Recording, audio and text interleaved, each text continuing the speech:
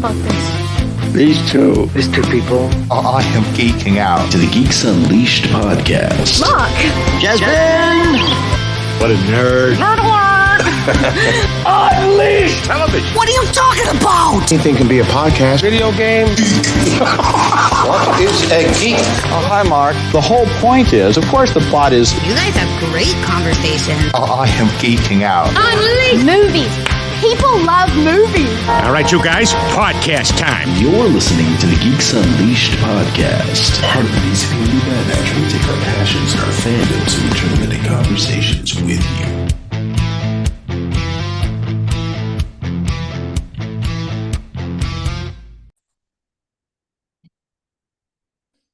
Welcome to Geeks Unleashed. This is episode 151. I'm Mark. I'm Jasmine. Each week on the Geeks Unleashed podcast, we catch up on our pop culture lives, as well as bringing you a review of something adapted from the comic book or gaming world. Yes, and before we get started, if you're watching on YouTube, thank you so much. We appreciate that. We would love it if you would like this video and subscribe to our channel. And if you're listening on your favorite podcast platform, we appreciate that as well. We would also love it if you would leave us a 5-star review on Apple Podcasts or Podchaser. Also, please feel free to donate to our Ko-Fi. All funds are appreciated. Indeed. And before we go further, just thank you for listening to last week's episode 150. And thank you, Jasmine, obviously, for editing it and putting it together. I had a lot of fun with episode 150, so I hope other people enjoy it as much as we did.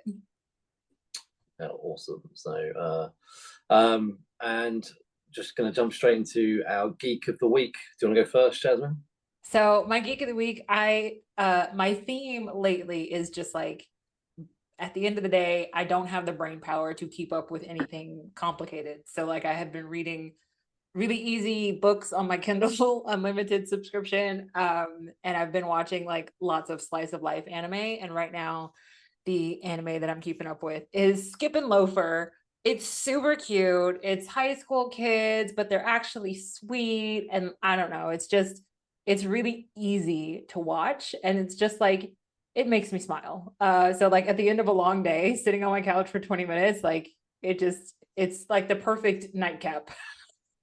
So no brain power required. I know what you mean about that. Like some of the anime is yeah, like I'm not in the mood to watch Jujutsu Kaisen. Yeah. Like I can't keep up right now. At the end of the day, my brain is just like, no thanks. or like Friends or something of that ilk, like New Girl. So just something easy. Or actually what I said before we started recording, some of the action films I've been watching recently. Yeah. So my Geek of the Week, I'm going to follow on something I did a couple of weeks ago. My Geek of the Week is Ultimate Black Panther issue 1. Look at that cover. It's nice. By Brian Hill, writer and artist Stefano Casilli or something. Yeah, I'll just show that cover for when the video does go on YouTube. You can see it. Or you can just Google it if you're listening right now. Artwork is absolutely fantastic. It's just jumps out the page, stunning, detailed. I love it. And colours are popping. Honestly, colours are absolutely popping. I think for people who are more familiar with the movie, yeah, I think it looks just like the movie set. Yeah, that's what I was thinking. It's very, very movie. It feels like something from the movie. That's I'm not a Black Panther expert in any capacity. There's certain. Whilst I'm a big Marvel Comics fan, you know, I know who Killmonger is, who shows up towards the end of the issue. I know who Black Panther is. I know who his sister Shuri is. And I'm familiar with Wakanda pretty much from the 2 movies that came out. Yeah, I've maybe read over the years 1 or 2 Black Panther issues. That is it.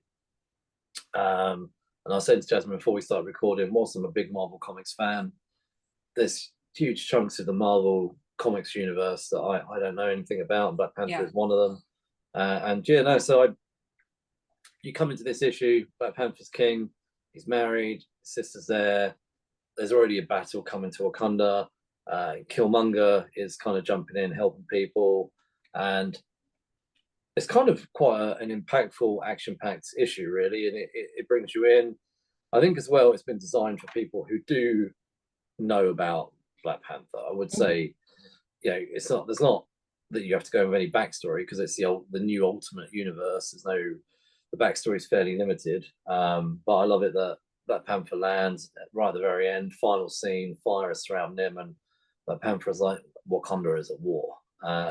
It's a great issue. It's a great starting point. I enjoyed Ultimate Spider-Man probably more than this, but I thought it was a good start. So what is the deal with these Ultimates? What makes them different? So I don't know if you remember. Do you remember the Ultimate line from years ago, the early 2000s, or not? I know it because you talk about it. I've never read it. Okay, so in the early 2000s, the current writers that they had at the time, that were including Bendis, were given the mandate by the editors of Marvel Comics at the time to go and create a new Marvel universe, retelling the stories and origins of characters that we've known since the 60s and beyond, but retelling them in a modern day setting. Now those stories went on for a long time, I think 10, 20 years, 10, 15 years or something. I think it went over 15 years. During that time, the Ultimate Universe did get a few reboots and rejigs and various events, and that eventually they killed Peter Parker off, and that led to Miles Morales' creation. And when they ended the original Ultimate Universe, two characters did come over to the main Marvel Universe, which was Miles Morales and the evil version of Mr. Fantastic, who's called the Maker. And then in the summer of last year, they did an Ultimate miniseries where they were going to relaunch the Ultimate Universe. And the Maker, he actually approached Miles and said, "I'm going to bring it back." Miles was like, "No, I'm all right." The Maker goes off. Miles is like, "No, I'm good." Yeah, I'm not getting involved. And the Maker goes off and creates his own brand new Ultimate Universe. However, in this new Ultimate Universe, he controls a lot of the heroes and the fabrics of society because he's aware of their origins. And as I said in the Peter Parker one, he denied teenage Peter Parker becoming Spider-Man, and he became Spider-Man as an adult.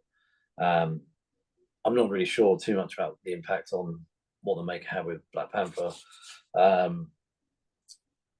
but now we're now picking up the threads. So the next issue that's going to come out in the new Ultimate line. So it's a brand new Ultimate line. It's not connected with the main Marvel continuity at all, other than the fact that, in a sense, there was a baton passing of the Maker. So the Maker is now gone. It's this new Ultimate Universe. You can pick up any of these first issues, and maybe having an awareness of those characters is nice. But actually, if you just want to pick up those first issues, they're kind of designed for new readers. Good to know. And I guess it's going to be for fans of those properties to pick them up. For instance, when I picked up Ultimate Spider-Man issue 1, it was cool to see that they'd done the swap over, that actually Uncle Ben was alive, but Aunt May was dead, and there's little twists and turns, and actually that Peter Parker's now a family man, married. Considering I don't know anything about Black Panther, I don't know much other than the films. I don't know what twists and turns that they'll have from the main Marvel universe, so I can just go into it enjoying it. I know the next issue of the Ultimate Universe that comes out is going to be Ultimate X-Men. That's next month.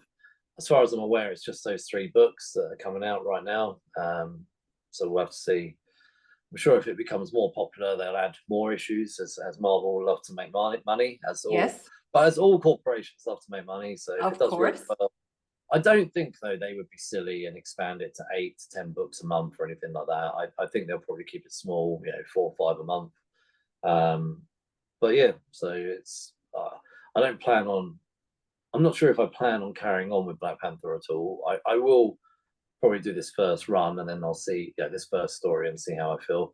I will keep the Ultimate Spider-Man one going, because I'm a big Spider-Man fan. Yeah, you're a Spidey fan. But also I do love this twist a lot more, that he's an adult with kids and a wife, and also that Uncle Ben's alive. Well, look, I'm going to keep going with this Black Panther one for now. We'll see what happens. But I enjoyed the first issue, so there you go. Would you potentially jump into any of these? No, I am not picking up any new comics at the moment. Oh no, but if they were collected like in one story, would you? Probably not.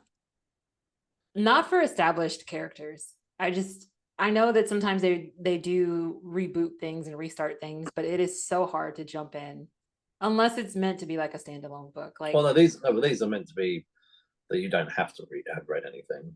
yeah, no, probably not. I actually do think you would like this. So maybe when it's collected, maybe We'll see. Yeah. I actually did think you'd quite like it. So, right. So we'll now move into our main event, which Oh boy. yeah. So just before we jump into this, issue 150, we kind of put things on pause because it was timed with our 150th episode. We were celebrating ourselves. So previous to that, we reviewed the Street Fighter movie and then the Mortal Kombat movie that came out in 1995. Street Fighter movie came out in 94. Mortal Kombat came out in 95. And now here we are with Mortal Kombat Annihilation from 1997. It was directed by John R. Leonetti. Screenplay and story was Brent V. Friedman and Bryce Zabel. It's based on the Mortal Kombat game by Midway. And it stars Robin Shou as Liu Kang, Talisa Soto as Kitana, Brian Thompson as Shao Kahn, Sandra Hess as Sonya Blade, Lynn Red Williams as Jax, Irina Pantaneva as Jade, James Remar as Raiden, and Chris Conrad as Johnny Cage. We had some switcheroos up in there. I think Robin Shou and Talisa Soto are the only main character returners from the first film. So the first appearance of many of these characters is from the third game, which actually released in 1995. And the third game was just Mortal Kombat 3. I was just looking up the director, John R. Leonetti, just to get a flavor of his stuff. It is mainly odd. He did horror. Butterfly Effect was his next film after this. Mainly around the horror world. Insidious Chapter 2, The Conjuring. Him and James Wan did work together on Annabelle before James Wan did the next Mortal Kombat movie. The Woods, Dead Silent, and one of the things I know you love. He did a few episodes of Sleepy Hollow. Sleepy Hollow, man. Talk about ruining a good thing. He did the Scorpion King. I think he did 12 episodes from Tales from the Crypt. So essentially, just get a flavor that this is in his wheelhouse, this kind of movie, I'm not so sure that's a good thing. Right, okay, so this was released on the 21st of November 1997 with a running time of 95 minutes, a budget of 30 million, and a box office taking of a whopping 51.3 million US dollars. Womp womp. This movie had $10 million more in its budget than the first movie, and it still flopped. I don't know where they put that money because it was definitely not into the special effects. Well, I mean, I heard the reason for some of that, switcheroo on the cast was that they didn't want to pay them the money they wanted. So, I don't know.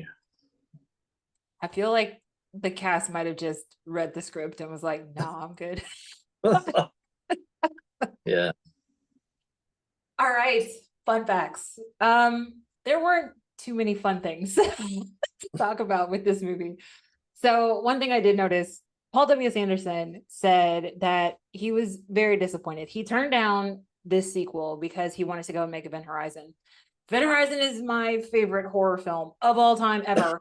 It's a fantastic movie. Anyway, so he did not come back for the second Mortal Kombat.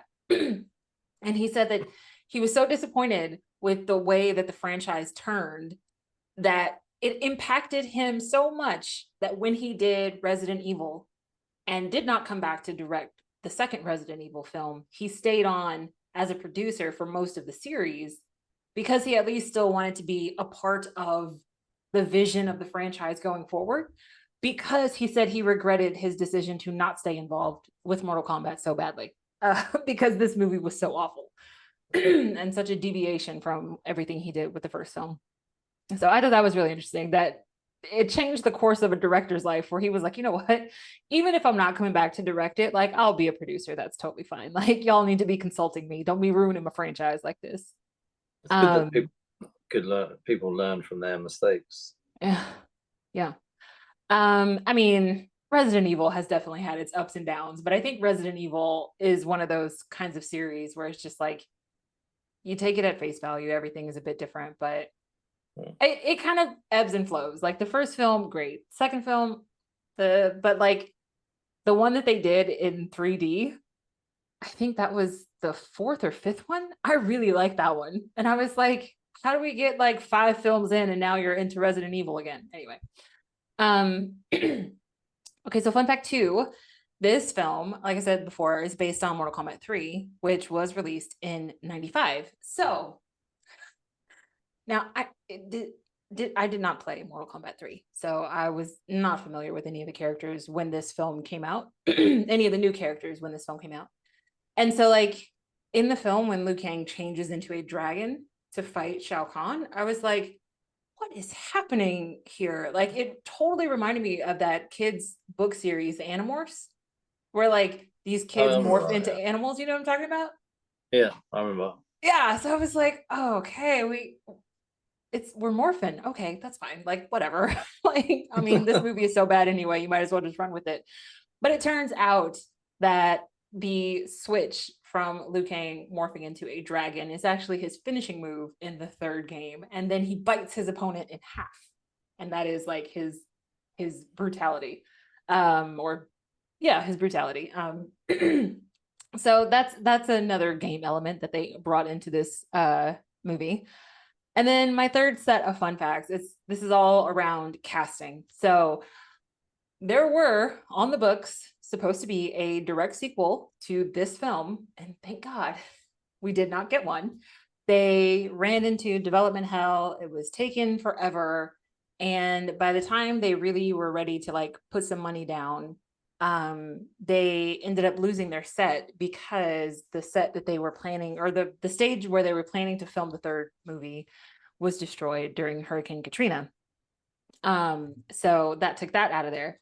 Now, as far as like some of the cast, so Lyndon Ashby and Christopher Lambert were obviously asked to come back. So was Bridget Sampras Wilson? No, Wilson Sampras. And all of them took one look at the script and said, no thanks. Although sometimes Christopher Lambert says he said no because of Highlander, but Highlander didn't come out until 98 or 99. I think it was. So I'm pretty sure he read the script also and was just very much like, no, I'm good. And both of the creators of Mortal Kombat, Ed Boon, he was like, of all the things that I have done with this franchise, of all the hard work that we went into the first film, into the games, he was just hurt. He was like, this is the absolute worst thing I have ever worked on in my entire life. This is like the bottom of the barrel of the entire Mortal Kombat franchise. He was just so like adamant about how awful of an experience this was and how horrible of a time he had. And I was just like, that has got to be awful to see your creation just like get bazookaed. Like, and for what reason? Like, I don't even know how they made this movie as bad as they made it. Like, it boggles the mind. So some other fun casting people, Michael Jai White was supposed to be Jax in this movie, but instead, Michael Jai White did one of Mark's favorite movies, and he did Spawn instead. Which, I mean, I'm not going to fault him for that, because, like, would you rather play a bit character in this film, or would you rather play a lead role in another video game film? Like, I would rather play the lead role. So Michael Jai White did not sign on, and he did Spawn instead. Ray Park, who is a name that you might not be very familiar with, but I guarantee you recognize Ray Park in makeup, because immediately after he did this film, he was Darth Maul in Phantom Menace. He's played Toad. He was Snake Eyes in the Marlon Wayans and Channing Tatum G.I. Joe franchise. So Ray Park's done a lot of stuff, but this was his very first time on screen. He was James Remar's stunt double as Raiden in here. Who else we got? Oh, so Keith Cook was in the other movie. So he is the third actor in this film that was also in the original film. Keith Cook played Reptile in the first film, and Keith Cook played Sub-Zero's brother in this film, which really is that how we introduce, like, oh, I'm Sub-Zero's brother? Well, how do you explain Scorpion? Because Scorpion died in the first movie. Like, how did Scorpion come? Are you Scorpion's brother? I think Scorpion's meant to be undead. I think that's right. Guess. So I actually looked that up. I think Scorpion's meant to be like undead and can never. Yeah. And then the last little bit here, Robin Shou. So their filming schedule was so tight for this movie that even though Robin Shou is a martial artist himself, he is a stunt coordinator. He does a lot of his own stunts. His time was so tight on this film that most of his fight sequences were filmed with the stunt double. And the stunt double they used to play Liu Kang is Tony Jaa, which anybody who is a fan of martial arts films knows Tony Jaa from the Ong Bak series, the Thai fighting series. So I thought that was super interesting. So this was one of the earlier things that Tony Jaa was in as well. So that's all I got for fun facts. And I think that's probably where the fun stops with Mortal Kombat Annihilation. Right, okay. So I think you're probably right there. Right, okay. So the IMDb summary: a group of martial arts warriors have only 6 days to save the Earth from extra-dimensional invasion, which is just kind of ridiculous because that's basically what was the plot of the first one. Yes. Or very, very similar. And yeah, I don't know. Right, okay. So I've never played Mortal Kombat 3 from. I mean, maybe I played it. I can't remember, but have you? I don't really remember particularly what Mortal Kombat I've played. I played the first iteration that they released on Super NES. I played that one, and then I didn't play Mortal Kombat again until we got the new gen consoles. So I didn't play Mortal Kombat again until it was like super high def graphics on Xbox. Like that's how much time I was away from the Mortal Kombat franchise. So no, I never played Mortal Kombat 3. No, I mean, I remember playing it, I think, on, like I say, on the last episode that we talked about Mortal Kombat. I played around friends' houses and stuff like that, but I never was a big particular Mortal Kombat fan. I would say of the fighting games, I preferred Street Fighter over Mortal Kombat. However, of the two films, I preferred the Mortal Kombat 95 film over the Street Fighter 94 film. Yeah, so definitely. It'd be quite interesting when we've done these 4 films. Like when we do the next week's episode. Yeah. Anyway, when we do them all, what our overall thoughts are on all 4 of them. So yeah, well, I think honestly, like I played the Mortal Kombat 1 when it hit Super NES. I played that one, and I'm pretty sure I did not play Mortal Kombat again until Mortal Kombat 10, because Xbox at the time they had it on Game Pass, so like it was included in my subscription essentially. So I downloaded Mortal Kombat 10, and that was the next time that I played the Mortal Kombat franchise. So we both watched this movie, and I don't think I've seen this movie before. This was my second watch. That's it. And now I remember exactly why. I had only ever seen it one time before this. So this is the part of the episode where we talk about our overall thoughts on the episode. Do you want to go first, or shall I go first? No, absolutely not. You go first. Okay. Okay. So, for me, after what was actually a surprisingly fun original movie in 1995, it's just a shame that the 97 follow-up, what we got actually was terrible acting, a script that felt like it was written for the day, and a lot of flipping. Like, just there seemed to be a lot of flipping going on. Yes. Fight scenes that drove really a weak plot. Yeah. It was like the plot was filled in to fill the gaps of the fights. Yes. They just needed something to do between flips. That's all. Now, obviously, I don't know whether it was paychecks or people reading scripts or whatever the reason was why we didn't get the bigger actors to return. To me, it just felt like what we did was we got Buffy and X-Files TV Villain of the Week episodes to and some of them are actually from Buffy and X-Files. I recognize them to fill in actually the cast. Yeah. So in the previous episode, I did shout out I love Lyndon Ashby as Johnny Cage, who for me was a clear standout actor, and for him to be recast and killed off in the first 5 minutes, I think they were doing the new guy a favor. So I think he lucked out getting out there pretty quickly. A bit I did love, a couple of bits I did love. I loved the EDM music and the video game catchphrases. They were good handoffs. Probably didn't cost them any money as they had them already from the last film. Yep. Thoughts on CGI? CGI was just weaker than something I could design on Paint Shop myself. It was really awful. Yeah. The only bit I give credit for here was some of the Sub-Zero CGI was actually all right. And then the only fight I particularly enjoyed, or we can talk about this in a minute, but it was actually I'll save the fight conversation. But overall, I think this is a really poor, weak handoff, and it did make me think sometimes you don't need a sequel. Like we had actually not a bad first movie. It made a lot of money, and people actually walked away with mixed to loved feelings for the film. It did really well financially.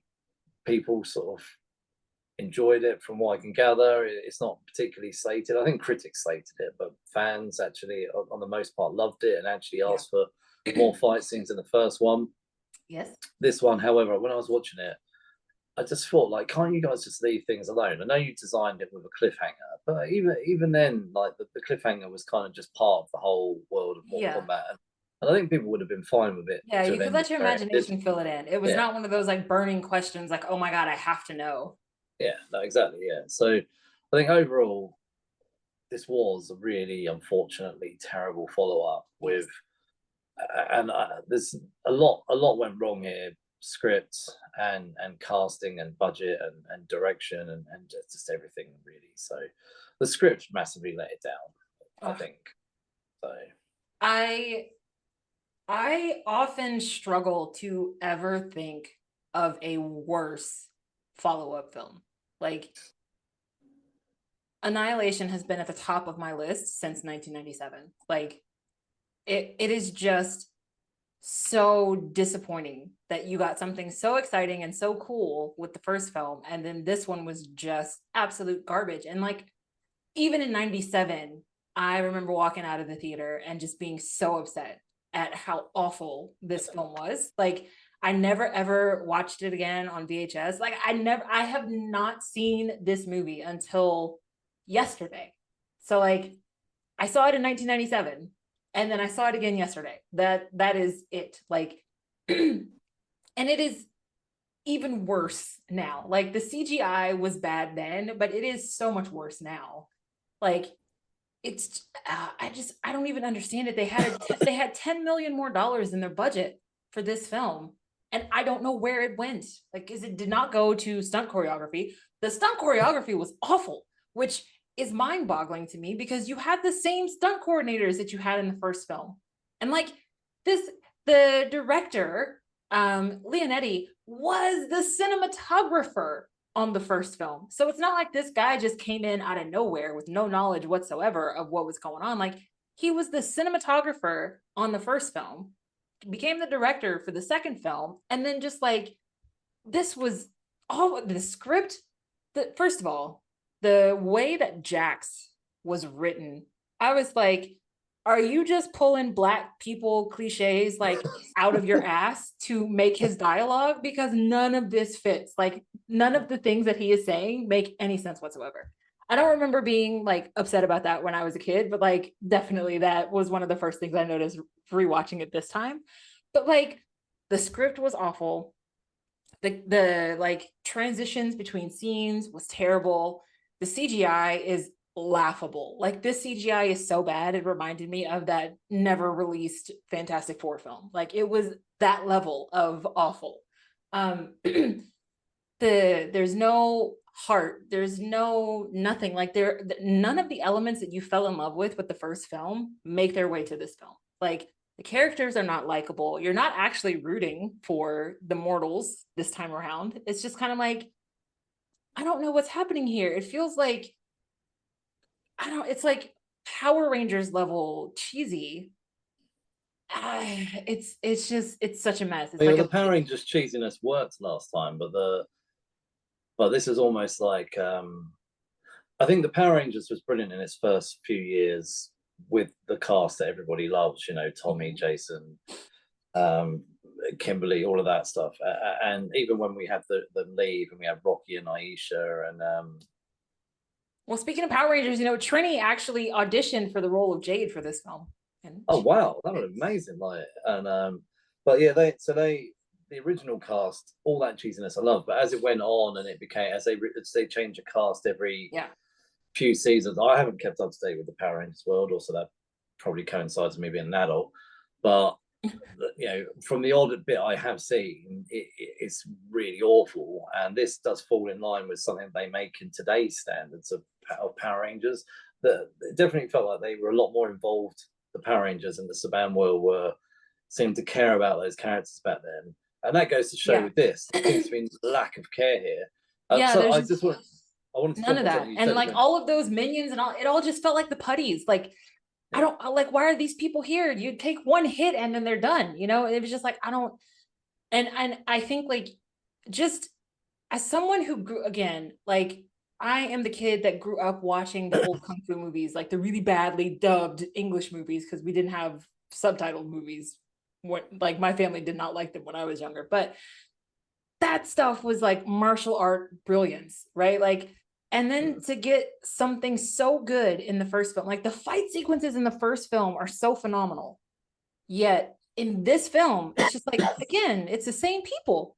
You have the same stunt coordinators. Like, I don't understand why there is such a big like you don't get any of the fun elements of the fight sequences like from the game, because in the first film you do, like especially when they have the one-on-one fights, like Sonya fighting Kano and then Johnny Cage fighting Scorpion, and of course Liu Kang fighting Sub-Zero and Liu Kang fighting Reptile. Like those are all really great fights, like, and there are none here. Like you didn't bring over any of the elements that people loved from the first film, which I feel like that just defeats the whole purpose.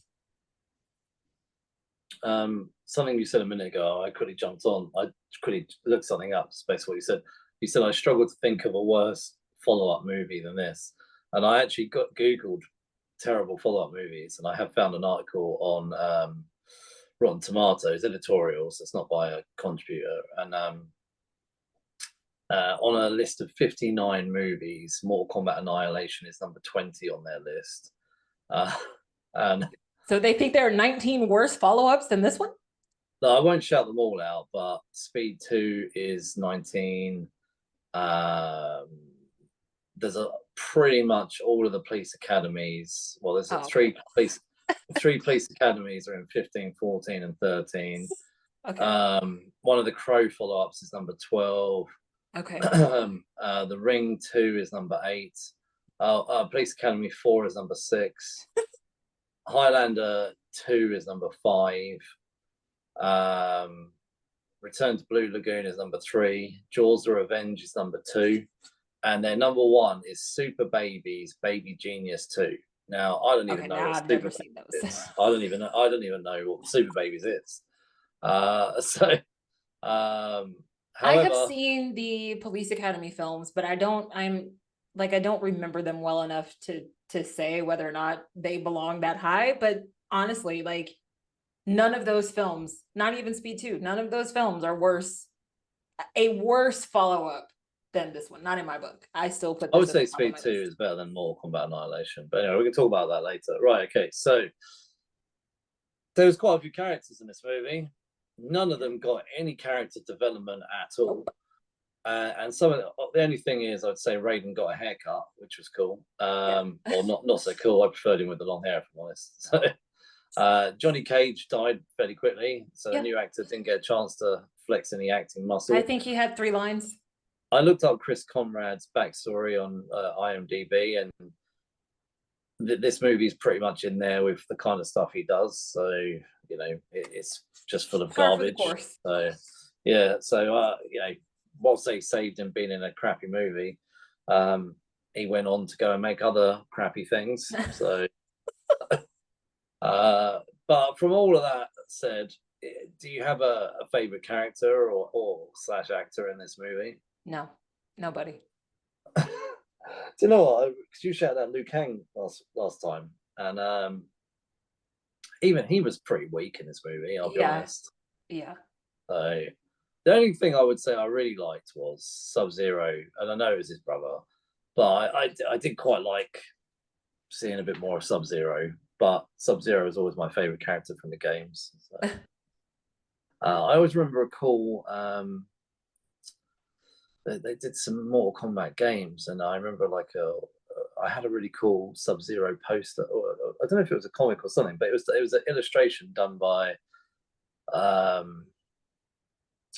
forget the illustrator's name now, but anyway, it was a really cool. It was in the 90s. I had a really cool Sub-Zero manga styled poster. Yeah, I haven't got it anymore, but yeah. So that's I think I like Mortal Kombat. So I like Sub-Zero. So seeing him have a little bit more. The fact that he takes his mask off and speaks this time is pretty cool.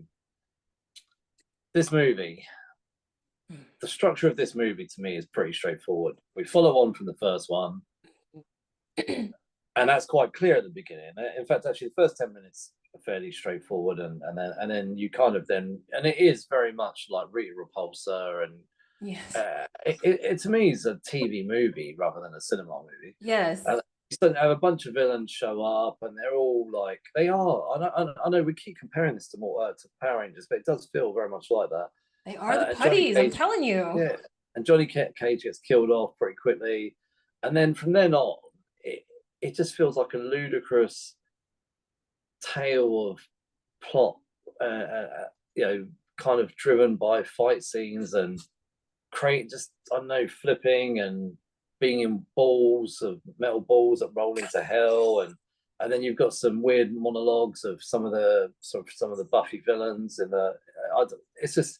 And then at one point, it turned into Journey to the Center of the Earth, where it was like, we're going to use the heat from the thermal layer of the Earth to fly through the places in this ball thing. I think it's to get to Outworld. They use the lava in the Earth to I just thought I'd love to know how they made this up. It was a real drunk night in Las Vegas. Seriously. But anyway, the structure of the film, in honesty, is quite all over the place. The plot is as weak as anything. It's pretty much a copy and paste from the last movie, but just worse. It's just worse. Any thoughts on it? No, there's nothing to think about. Because if you think about it too hard, none of it makes sense. None of it at all. We get Katana's mom, they resurrect her, but there's still never any explanation on how that happened, what the purpose was, or an explanation on how they resurrected her dead body. And then at the end of the film, it's like, oh, magically she's human and she's alive again. What are you talking about? I think with the first movie, it was a fairly decent plot, for what it was. I mean, yes, the first movie, it was very much like you have to fight to save the world. Okay, great. I get it. That's a very understandable thread line that anybody could follow. Whereas with this one, it was like, well, Katana is the key. Well, no, Katana's not the key. It's Katana's mom, but Katana's mom is dead. Well, she got resurrected dead. And then Raiden and Shao Kahn are brothers, and their father is an elder god. And I don't know what is happening here. What is happening? It's like when you give, to the last film, saviors of Earth have to fight in a tournament. And if they win, they stop all these bad guys coming to Earth. Right. It is, you're not going in expecting highbrow. No. It was fairly obvious what you were going in for, and it was fine. It worked. Mm-hmm. Then, because it worked too well, we then ended up with this. So, how can we make a sequel? Because actually, we've established the rules of the movie or of the Mortal Kombat world that they win for a generation, so there shouldn't be another Mortal Kombat for another generation. Mm-hmm. What they could have done was actually follow that up with maybe what the next generation might look like, rather than maybe Mortal Kombat 2 could have just been set 30, 40, 50 years from now, and it's the next generation, and maybe you see Liu Kang have to deliver 3 heroes to Earth, and you know, they could have pulled some of the other Mortal Kombat characters that we hadn't seen, like Jax or whatever, and you know, that you know, that would have been a much cooler way of doing it. Set it 40 years from now. Maybe the beginning starts off with somebody getting killed that we know. I'm talking about changing things now, but anyway. So, right, there's a lot of fight scenes in this movie, and some of them are good, kind of, and some of them are bad. Mostly. Okay, look, what would you say was the worst one? Oh my god, the worst one had to have been the very end one, the end with Liu Kang fighting Shao Kahn. Like, it was terrible, and then they morphed into these horrible CGI creatures, and it was just like, what am I watching? Like, I just it was so bad. I'm gonna say the only one I actually enjoyed was the Sub-Zero Scorpion one. I thought that was brilliant. I thought that was really one was good. terrible. Oh, I liked it. I liked seeing it. It's just because it was Sub-Zero, it gets past. So I get it. That one was definitely fan service, because everybody loves to see Sub-Zero and Scorpion fighting each other because they are mortal enemies, right? Like, yeah, I like that. Okay, I'll concede, I'll give you that one. But the only one I actually enjoyed was Raiden fighting those 3 like shadow reptiles. I like the Sub-Zero, and he creates the ice bridge, and they have to fight, and Scorpion's like, get over here, and I was like, yeah, I can get into this. And it's a shame, in all honesty, when you say worst, they were all terrible. They were all awful. I mean, that's the shame of it. Is it was a terrible script, terrible. There was no plot or whatever, and then the fights didn't even make up for it. It wasn't like yes, exactly. brilliant fights to go in with it. So. Right. And that could have been like a saving grace, right? It could have been like, yeah, the plot sucks and this, that, and the other, but the fight sequences were really great. And you couldn't even say that because they were terrible.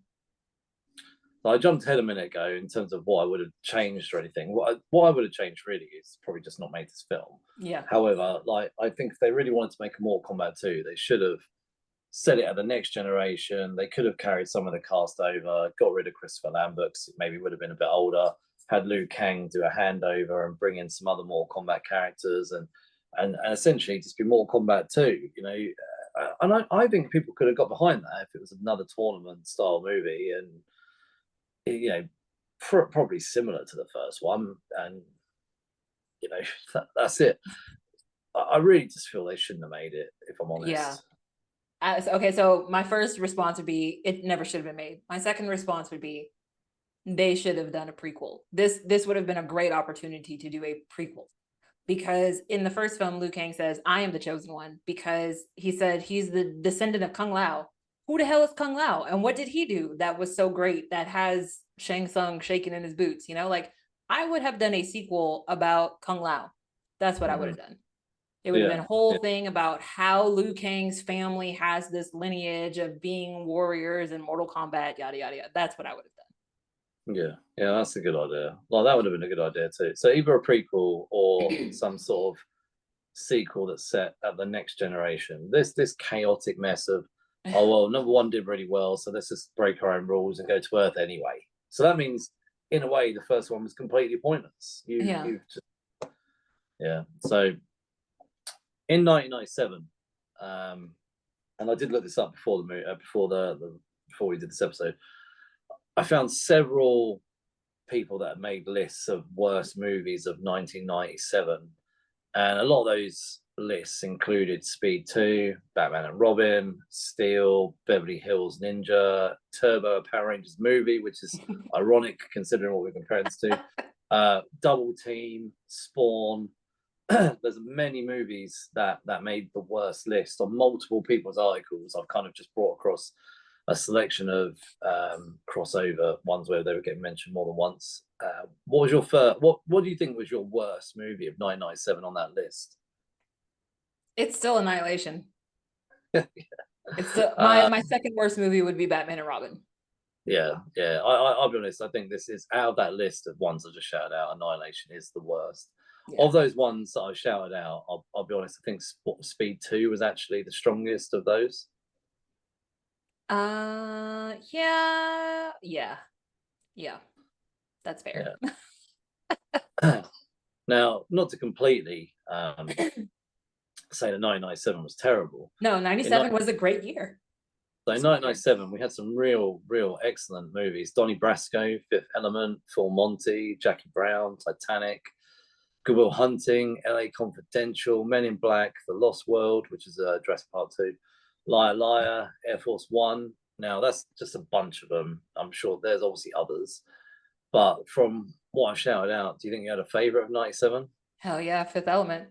Hands down.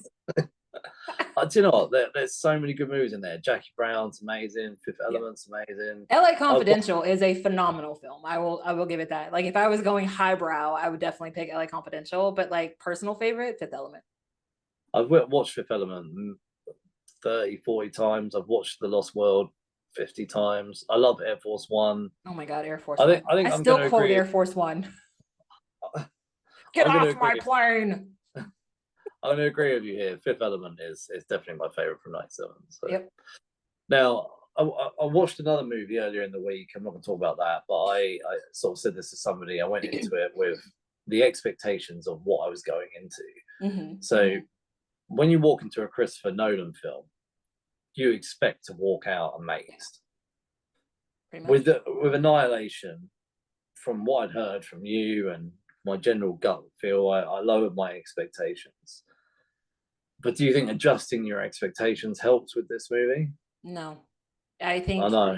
I'm telling you, this movie had such an impact on me in 97. Like, because the first Mortal Kombat is in my top 5 favorite films of all time. Like, it will forever have a place in the top 5. And so coming off that high of like, wow, this is the most amazing movie ever, and then seeing this sequel, like, this sequel ruined me when I was a kid, just because it was like, at the time I did not know how to tamp down my expectations. Like, you know what I mean? I didn't have that ability as a kid going into this sequel.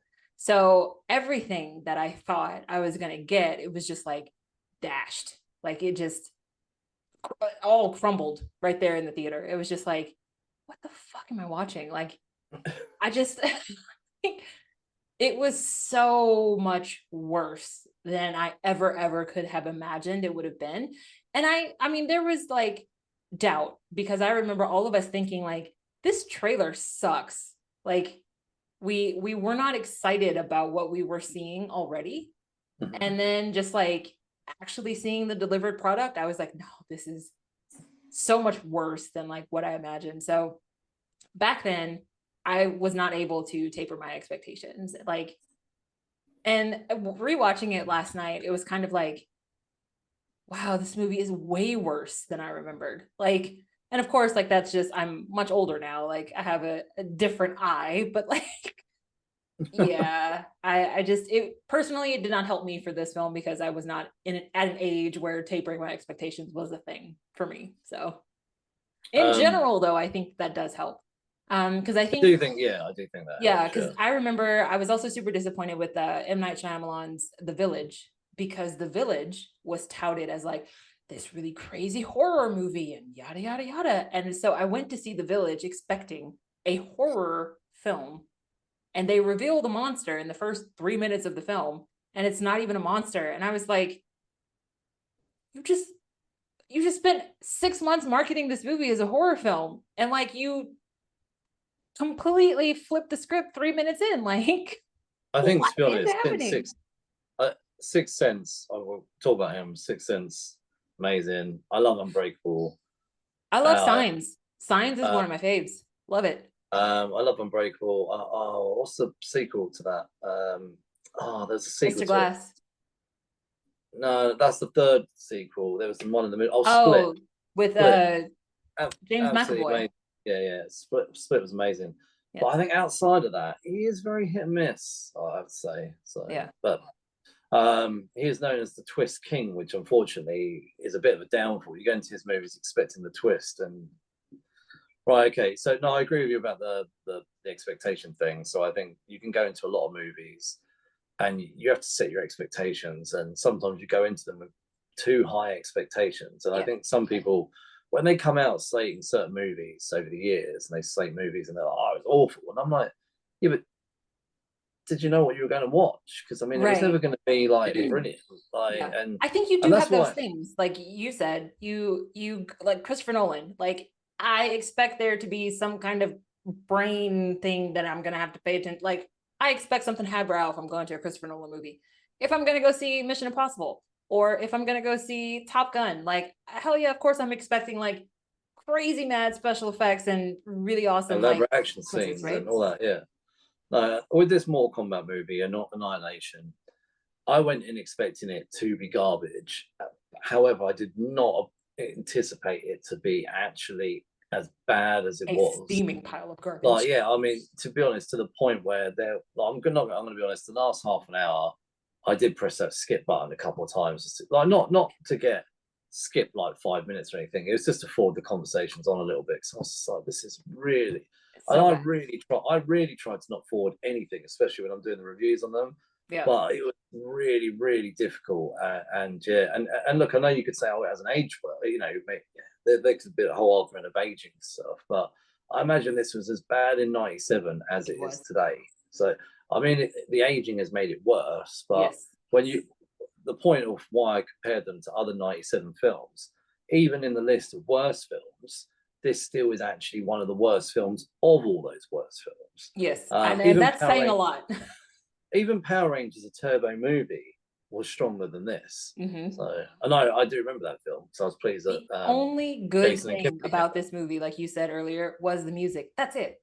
Every time the music kicked on, I was like, okay, what I'm watching is terrible, but at least it sounds cool. So the soundtrack, to me, is the only good thing and the only redeeming factor of this entire film. Okay, so let's rate this and not allow ourselves to spend any more time on Annihilation. Right, I'm going to give this a 0.5 out of 5. Same. Actually, hold on, I'm going to give it a 0.25 out of 5. Okay, I will go 0.5 because I still think that it was not as bad as Man-Thing. So now, like, Man-Thing is my base minimum for like worst thing ever. So now I judge, like, was it worse than Man-Thing? No, not quite, but it was not much better. Okay, I'll tell you what, I'll stick at 0.5. 0.5 for the win. Right, okay, so next episode, we're going to be finishing off our fighting films. We, by the way, I appreciate there are other fighting films out there, like Dead or Alive and the Tekken movies and all the rest of them. We'll one day come back to those. But next episode, we are going to review Street Fighter Legend of Chun-Li. So again, based off the Street Fighter games. You can follow us on social media. We're everywhere: Instagram, Facebook, Twitter, X. Come say hello. Yep, and you can get this podcast wherever you get your podcasts: Google, Podbean, Apple, Spotify. We're everywhere. So please leave us a 5-star review and tell your geeky friends. Good journey. Good journey.